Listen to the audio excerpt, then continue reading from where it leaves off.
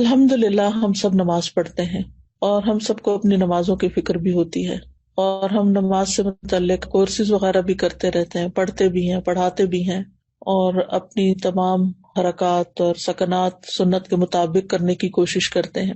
لیکن نماز کا ایک ظاہری پہلو ہے اور ایک اس کا روحانی یا باطنی پہلو ہے۔ کوئی عمل اسی وقت درست ہوتا ہے جب اس کے یہ دونوں پہلو جو ہیں وہ درست ہوں۔ ایک یہ کہ انسان کے عمل میں اخلاص ہو، اللہ کی خاطر کرنے والا، اور دوسرا یہ کہ ظاہری عمل جو ہے وہ سنت کے مطابق ہو۔ اخلاص کا تعلق ہمارے دل سے ہے اور ہماری نیت سے ہے، اور سنت کا تعلق ہمارے ظاہری اعمال سے ہے۔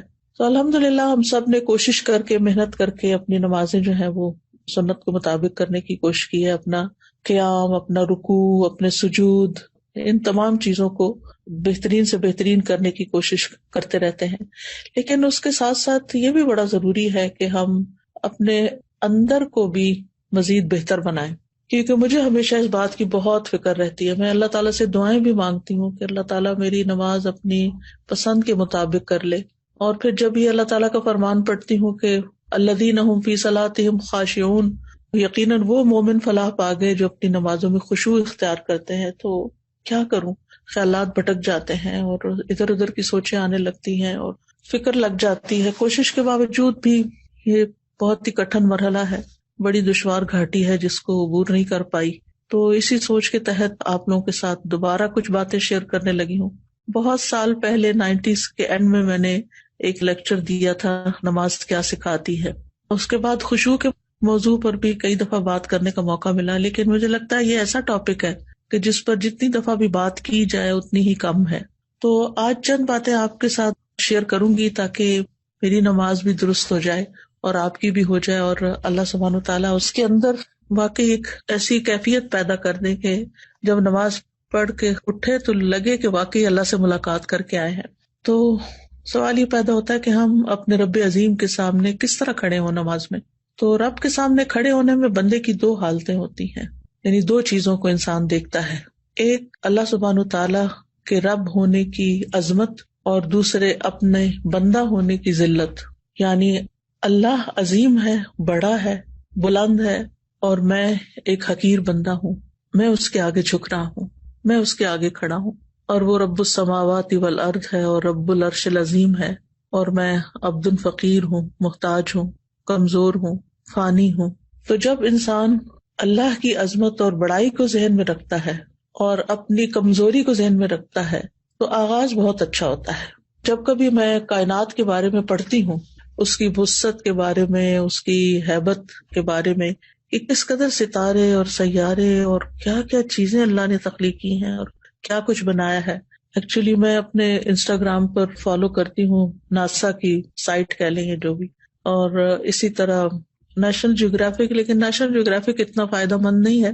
ناسا جو تصویریں ریلیز کرتا ہے مختلف پلانٹس کی اور مختلف اللہ سبحانہ تعالیٰ کی جو تخلیق ہے آسمانوں میں، اور نیشنل جیوگرافک بیسیکلی زمین میں جو کچھ مختلف مقامات ہیں ان کے بارے میں مختلف تصاویر وغیرہ شیئر کرتا ہے۔ اور میں ایسی نیوز کو فالو بھی کرتی ہوں جو نئی نئی تحقیقات اور نئی ریسرچز اور نئی ڈسکوریز سامنے آتی ہیں۔ چونکہ یہ میڈیا جو ہے یہ مختصر ہوتا ہے، تھوڑی سی دیر میں انسان کچھ نہ کچھ جان لیتا ہے۔ تو آپ یقین کریں کہ جس دن میں نے کوئی ایسی چیز پڑھی ہوتی ہے اس دن میرے دل کی کیفیت ہی کچھ اور ہوتی ہے، اور جب نماز میں وہ خیال مجھے آ جاتا ہے، کیونکہ ہم جو کچھ پڑھتے کرتے ہیں وہی چیزیں نماز میں آتی ہیں نا، تو جب وہ نماز میں خیال آ جاتا ہے مجھے، تو واقعی میرے اندر ایک اور ہی طرح کی نماز کے اندر کیفیت آتی ہے، اور پھر آنسو بھی گرنے لگتے ہیں۔ لیکن اگر اللہ تعالیٰ کی عظمت کا خیال نہ ہو تو پھر نماز بے روح سی ہوتی ہے۔ پھر ساتھ ہی سمندروں کے اندر کی مخلوقات اور عجیب و غریب مخلوقات اور پرندوں کے رنگ اور پھولوں کے، اور زمین کو بھی پوری طرح انسانوں نے ڈسکور نہیں کیا، مختلف مقامات کا آپ دیکھیں۔ باقی تو چھوڑیں، اگر آپ نے اپنے انڈور کوئی پلانٹس وغیرہ رکھے ہوں گے، جیسے میں نے اپنے اندر ہی کمرے میں رکھے، کیونکہ یہاں باہر تو اتنی سخت سردی ہے کہ نکلنے کا موقع کم ہی ملتا ہے، اور سردیوں میں درخت بھی ٹنڈ منڈ ہو جاتے ہیں، تو میں دیکھتی ہوں کہ کس طرح ایک پتا نکلتا ہے اور کس طریقے سے وہ گرو کرتا ہے، اور تھوڑی سی مٹی ہے پاٹ میں، کیا چیز ہے اس کے اندر جو مدد دے رہی ہے اس کو گرو کرنے میں۔ تو اللہ سبحانہ تعالیٰ کی قدرت یاد آتی ہے نا. یعنی کائنات ایسی چیز ہے جس میں غور و فکر کرنے سے اور اللہ تعالیٰ کی مخلوقات میں غور و فکر کرنے سے اللہ سبحانہ تعالیٰ کی عظمت کا احساس دل میں بہت بڑھتا ہے. یہ کونی آیات ہے نا جن کے اندر ہمیں غور کرنا چاہیے اور اس بات پر ایمان رکھنا چاہیے کہ یہ اللہ سبحانہ تعالیٰ ہی کی تخلیق ہے. اور پھر اس سے آگے یہ کہ یہ سوچنا چاہیے کہ یہ سب کچھ اللہ کی تسبیح بھی کر رہا ہے. وَإِن مِّن شَيْءٍ إِلَّا يُسَبِّحُ بِحَمْدِهِ وَلَٰكِن لَّا تَفْقَهُونَ تَسْبِيحَهُمْ. یہ ساری مخلوقات اپنے رب کو پہچانتی ہیں، اس کی وحدانیت کی گواہی دیتی ہیں، اس کی حمد کے ساتھ اس کی تسبیح بیان کرتی ہیں. اور کُلٌّ قَدْ عَلِمَ صَلَاتَهُ وَتَسْبِيحَهُ، ہر ایک نے یقیناً اپنی نماز اور اپنی تسبیح جان لی ہے، سب کو پتا ہے. تو اگر ہم اللہ سبحانہ تعالیٰ کی اس کائنات کو ذہن میں رکھ کے اللہ اکبر کہتے ہیں یا سبحان اللہ کہتے ہیں تو وہ کیفیت ہی کچھ اور ہوتی ہے. اللہ سبحانہ تعالیٰ اپنی مخلوقات کی مشابہت سے پاک ہے اور ہماری عقل اللہ کی عظمت کا احاطہ نہیں کر سکتی اور نہ ہی اس کے علم کا. وَلَا يُحِيطُونَ بِشَيْءٍ مِّنْ عِلْمِهِ إِلَّا بِمَا شَاءَ. اور احسان کے درجے میں نماز پڑھنا ایسا ہے نا کہ جیسے آپ اللہ تعالیٰ کو دیکھ رہے ہوں. ہم دیکھ تو نہیں سکتے لیکن ایک احساس ہی ہے نا یہ، ورنہ وہ تو ہمیں دیکھ ہی رہا ہے. اور پھر اس بات کو بھی ہمیں سوچنا چاہیے کہ اللہ سبحانہ تعالیٰ اس بات سے بڑا ہے کہ مخلوقات اس کا حق ادا کرے. ہم اس کا حق ادا نہیں کر سکتے، ہماری عقل ہمارا خیال اس کا ادراک نہیں کر سکتی. لا تدرکہ الابصار وہو یدرک الابصار. آنکھیں نگاہیں اس کو نہیں پا سکتی، ہمارے دل کی نگاہیں بھی نہیں پا سکتی، اور وہ ہمیں دیکھ سکتا ہے ہر حال میں کہ ہم کیسے کھڑے ہیں. تو بہرحال ہم ہیں تو اس بات سے قاصر کہ ہم اللہ کی بڑائی کا صحیح معنوں میں حق ادا کریں اور احساس کریں. لیکن یہ ہے کہ بہرحال کوشش ہی ہے، اور اللہ سبحانہ تعالیٰ ہر شرک سے پاک ہے، ہر شریک سے پاک ہے اور سب سے بڑا ہے. تو جب نماز شروع کریں اور اللہ اکبر کہیں تو بس ساری مخلوق نیچے اور اللہ سب سے بڑا، سب چھوٹے اور اللہ ہی بڑا. پھر اس کے بعد سبحانک اللہم وبحمدک وتبارک اسمک وتعالی جدک ولا الہ غیرک. پاک ہے تو اے اللہ اپنی حمد کے ساتھ، تیرا نام بڑی برکت والا ہے، تیری شان بہت بلند ہے، تیرے سوا کوئی معبود نہیں ہے. پھر جب سورۃ الفاتحہ پڑھیں تو پھر اللہ سبحانہ تعالیٰ کی صفات پر غور کریں. بسم اللہ الرحمن الرحیم سے لے کر وللضالین آمین تک. جب ہم کہیں کہ الحمدللہ رب العالمین تو پھر عالمین کا ذہن میں خیال جائے کہ ان سارے جہانوں اور ساری مخلوقات کو پیدا کرنے والا اللہ ہے، پالنے والا اللہ ہے، ان کی تدبیر کرنے والا اللہ ہے. پھر الرحمن الرحیم پڑھیں تو اللہ تعالیٰ کے فضل اور رحمت کو سوچیں. مالک یوم الدین کہیں تو قیامت کے دن کو یاد کریں، اور پھر وہاں جو اللہ سبحانہ تعالیٰ کا جلال ہوگا اور عظمت ہوگی اس کو محسوس کریں. پھر صراط الذین انعمت علیہم غیر المغضوب علیہم ولا الضالین، یہ جب پڑھیں تو انعام یافتہ لوگوں اور جو مغضوب علیہم ہیں، فاسق ہیں، گمراہ ہیں، ان لوگوں کے درجات کو دیکھیں کہ منافقین فی الدرک الاسفل من النار ہوں گے، اور انعمت علیہم جو ہیں وہ قیامت کے دن جنتوں میں الفردوس الاعلیٰ میں ہوں گے. ایک کہاں اور دوسرا کہاں، اتنا درجوں میں فرق ہو جائے گا اگر ہم انعام یافتہ لوگوں کے راستے پہ چلیں گے اور نفاق سے بچیں گے، کفر سے بچیں گے، شرک سے بچیں گے. تو یہ مرتبے جاننا بھی بڑا ضروری ہے کہ کس طرح کچھ لوگ جہنم کے نچلے گڑھوں میں ہوں گے اور کچھ اتنے عظیم جگہوں پر ہوں گے. پھر اس کے بعد اللہ اکبر کہہ کے جب ہم رکوع میں جاتے ہیں تو پھر اللہ سبحانہ تعالیٰ کی عظمت کا احساس دل میں لائیں. سبحان ربی العظیم، سبحان ربی العظیم، سبحان ربی العظیم. یہ زمین اور آسمان میں جو کچھ ہے، ان کے سب خزانے اور آسمان اور زمین کے لشکر اور مخلوقات سب اللہ العظیم ہی کی ہیں. پھر اس کے بعد سمع اللہ لمن حمدہ، اللہ تعالیٰ کی تعریف. اور پھر دوبارہ جب سجدے میں جائیں تو اللہ تعالیٰ کی صفت علو جو ہے کہ اللہ تعالیٰ بلند ہے، بہت بلند. سبحان ربی الاعلیٰ کہتے ہوئے اس کی بلندی کو ذہن میں لائیں اور اپنی پستی کو کہ ہم نے اپنا سر اور اپنا ناک جو ہے زمین پہ رکھ دیا ہے، اور اصل بڑائی تو اللہ ہی کے لیے ہے، اصل بلندی تو اللہ ہی کے لیے ہے، ہم تو کمزور انسان ہیں. جب اس احساس کے ساتھ انسان نماز پڑھتا ہے تو پھر انسان کے اندر سے تکبر بھی نکلتا ہے، اور یہ نکلنا بڑا ضروری ہے. جب تک انسان اپنے آپ کو بڑی چیز سمجھتا رہتا ہے تو پھر انسان کے ریلیشن شپ نہ تو اللہ تعالیٰ کے ساتھ درست ہوتا ہے اور نہ بندوں کے ساتھ درست ہوتا ہے. تو بہت ضروری ہے کہ ہم اللہ کی بڑائی دل میں پیدا کریں. جس دل میں اللہ کی بڑائی پیدا ہو جاتی ہے پھر وہ دنیا کی حقیر چیزوں سے متاثر نہیں ہوتا. دنیا کی کامیابیوں سے بھی اس کے دل میں کوئی بہت بڑی حسرتیں پیدا نہیں ہوتی کہ فلاں تو اتنا آگے چلا گیا دنیا میں اور میں پیچھے رہ گیا، کیونکہ اس کو پتا ہوتا ہے کہ میرے رب نے جو کچھ بنایا ہے آخرت میں ہمارے لیے، ہم سب کے لیے، وہ کہیں بڑا ہے اس دنیا کے حطام سے۔ پھر یہ کہ سجدے میں اللہ کے قرب کو محسوس کریں۔ رسول اللہ صلی اللہ علیہ وسلم نے فرمایا، سجدہ کرتے ہوئے بندہ اپنے رب کے سب سے زیادہ قریب ہوتا ہے، یعنی اتنا نیچے ہوتے ہوئے اور اتنے چھوٹے ہوتے ہوئے پھر اتنا اللہ تعالیٰ قرب عطا کرتا ہے۔ سبحان اللہ، یعنی کتنی محبت اللہ کے دل میں پیدا ہو جاتی ہے۔ اور پھر اس وقت دعائیں کرنی چاہیے۔ نبی صلی اللہ علیہ وسلم نے فرمایا، فَأَكْثِرُ الدُّعَاء، یعنی سجدوں میں کثرت سے دعا کیا کرو۔ پھر اسی طرح دوسری رکعت اور پھر تشہد میں اپنے گھٹنے زمین پہ رکھ کے انسان جب بیٹھتا ہے عاجزی کے ساتھ، تو بہت بڑے بادشاہ کے سامنے ہم بیٹھے ہوتے ہیں۔ آپ دیکھیں کہ پہلے زمانے میں استاد کے سامنے بیٹھنے کا بھی یہی طریقہ ہوتا تھا، جیسے جبریل علیہ السلام نبی صلی اللہ علیہ وسلم کے سامنے گھٹنے رکھ کے بیٹھے زمین پر، یہ ادب کا بیٹھنا ہوتا ہے۔ اور دنیاوی بادشاہوں کی یہ عادت رہی ہے کہ جب انہیں مختلف تحائف دیے جاتے ہیں یا ان کی تعریف کی جاتی ہے تو ان کے سامنے اسی طرح بیٹھا جاتا ہے اور بہت عاجزی کے ساتھ۔ تو اللہ رب العالمین جو ہے وہ تو سب سے زیادہ اس بات کا حقدار ہے کہ ہم اس کے لیے تحائف پیش کریں اور اس سے دعائیں کریں اور اس کی تعریف کریں۔ تو التحیات میں آپ دیکھیں کہ التحیات للہ والصلوات والطیبات، اسی لیے تو پڑھتے ہیں۔ اور پھر اس کے بعد درود شریف پڑھتے ہیں، نبی صلی اللہ علیہ وسلم کے لیے دعا کرتے ہیں، پھر عباد اللہ الصالحین پہ سلام بھیجتے ہیں اور پھر اپنی آخر میں دعائیں مانگتے ہیں۔ وہ دعاؤں کی قبولیت کا وقت ہوتا ہے جب ہم سارے ریچول ادا کر چکے ہوتے ہیں سلام پھیرنے سے پہلے، اور پھر جب انسان سلام پھیرتا ہے تو دوبارہ دنیا میں آ رہا ہوتا ہے ایک طرح سے اللہ سے ملاقات کر کے، اور پھر اس کے اندر ایک حسرت بھی آتی ہے کہ کاش یہ نماز لمبی ہو جاتی، کاش یہ ملاقات لمبی ہو جاتی، کیونکہ انسان اگر اللہ تعالیٰ سے محبت کرتا ہے تو پھر اس کو جلدی نماز پڑھنے کی فکر نہیں ہوتی۔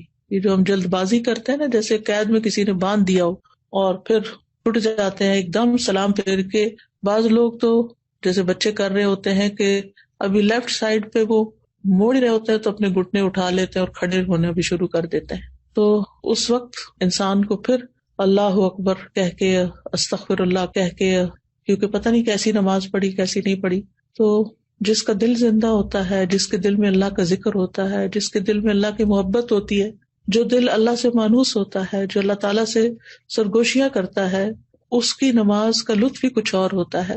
اور نبی صلی اللہ علیہ وسلم اسی لیے فرمایا کرتے تھے جب دنیا کے کاموں سے تھک جاتے تھے کہ اقیم الصلاۃ یا بلال ارحنا بہا، بلال اقامت کو اذان دو تاکہ ہم راحت پائیں۔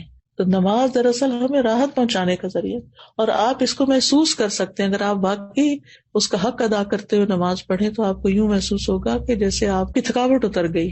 فزیکلی بھی انسان اوپر نیچے ہوتا ہے، رکوع اور سجدہ جم کے کرتا ہے اور پھر صحیح معنوں میں دعا بھی کرتا ہے۔ تو آپ اس کا ایکسپیرینس کریں گے اور کیا بھی ہوگا کہ کس طرح آپ ریلیکس ہو کے اٹھتے ہیں اور آپ کی ایک نرشمنٹ ہو چکی ہوتی ہے، اور روحانی طور پر بھی آپ اسٹرانگ ہوتے ہیں، فزیکلی بھی آپ ایکٹیو ہو جاتے ہیں، اور ایک عجب خوشی لے کے آپ اٹھتے ہیں جیسے آپ نے سارے بوجھ اتار دیے۔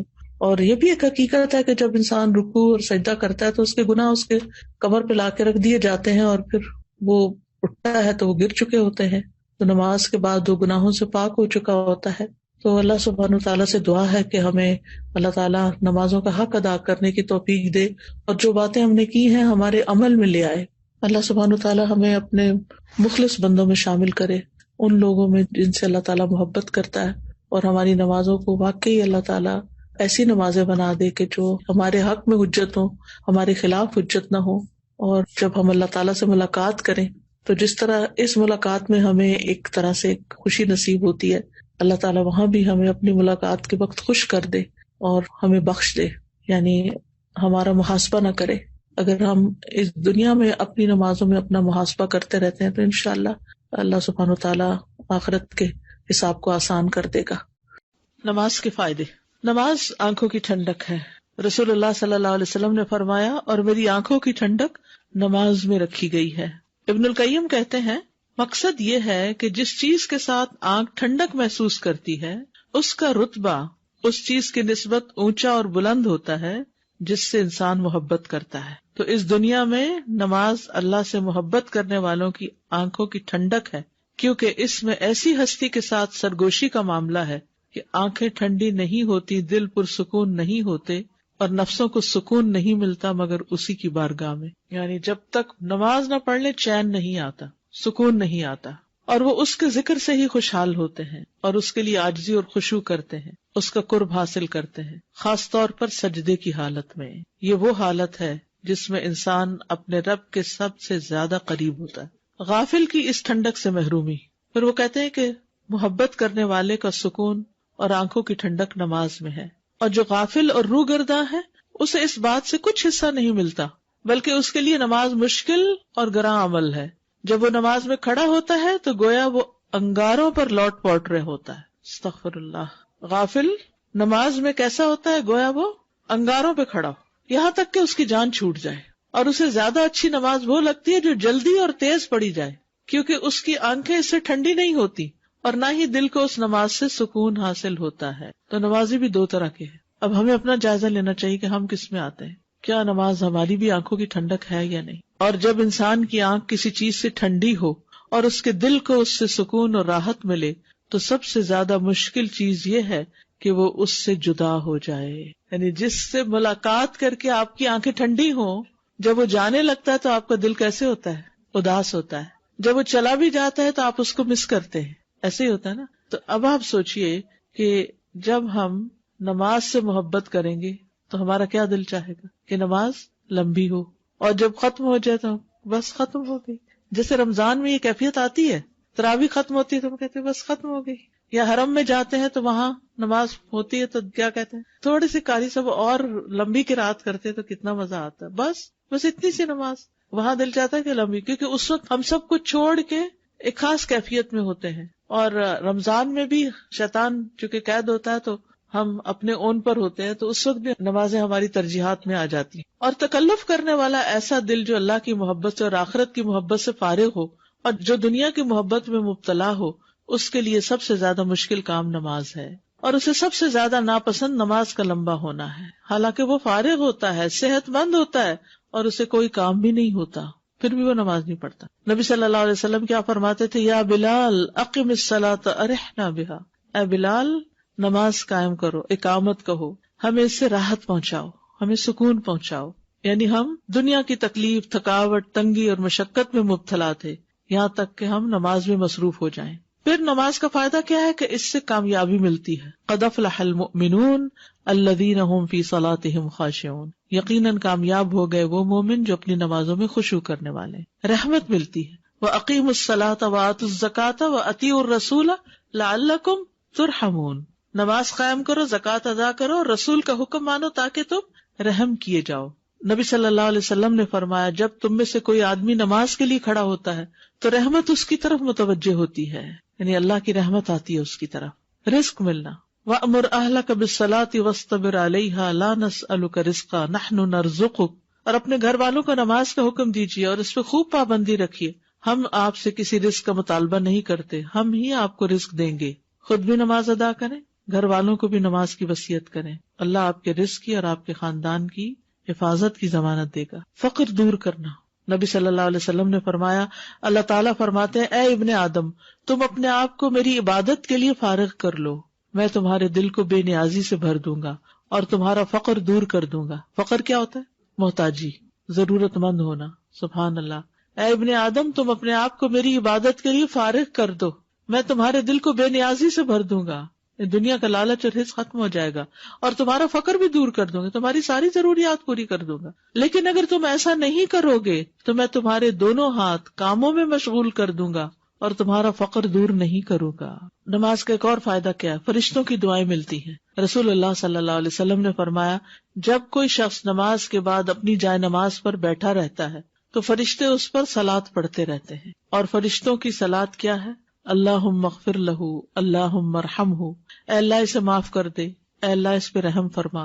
اور اگر وہ بیٹھ کر اگلی نماز کا انتظار کرتا ہے تو بھی فرشتے اس پہ صلاۃ پڑھتے، اور ان کی صلاۃ یہی ہے اللہم اغفر لہ، اللہم ارحمہ. ایک نماز کے بعد دوسری کا انتظار عموماً کہاں کیا جاتا ہے؟ جب عمرہ یا حج کے لیے جاتے ہیں نا تو وہاں ایک نماز پڑھ کے پھر لوگ بیٹھ جاتے ہیں وہیں پر، تھوڑا بہت کچھ کھا لیا، تھوڑا اگر نفل کا ٹائم بیچ میں ہوا تو نفل پڑھ لیے جیسے مغرب کے بعد، اور پھر اس کے بعد قرآن پڑھنے لگتے ہیں، پھر اگلی نماز کا وقت ہو جاتا ہے. جتنی دیر یہ بیٹھتے ہیں لوگ ایک نماز سے دوسری نماز تک، فرشتے ان کے لیے دعائیں کرتے رہتے ہیں، دعائیں کرتے رہتے ہیں. فرشتے کیا دعا؟ اللہم اغفر لہ، اللہم ارحم، اللہ اس کو بخش دے، اللہ اس کو بخش دے، اللہ اس پہ رحم فرما. یقین مانیے اگر آپ کسی کو یہ جاب بھی دے دیں نا کہ میں تمہیں اتنے پیسے دوں گی، تم یہاں کھڑی رہو اور سارا وقت 1 گھنٹہ 1.5 گھنٹہ میرے لیے یہ 2 دعائیں پڑھو، دعا کرو، تو تھوڑی دیر کے بعد کہ میں تھک گیا، مجھے بریک چاہیے.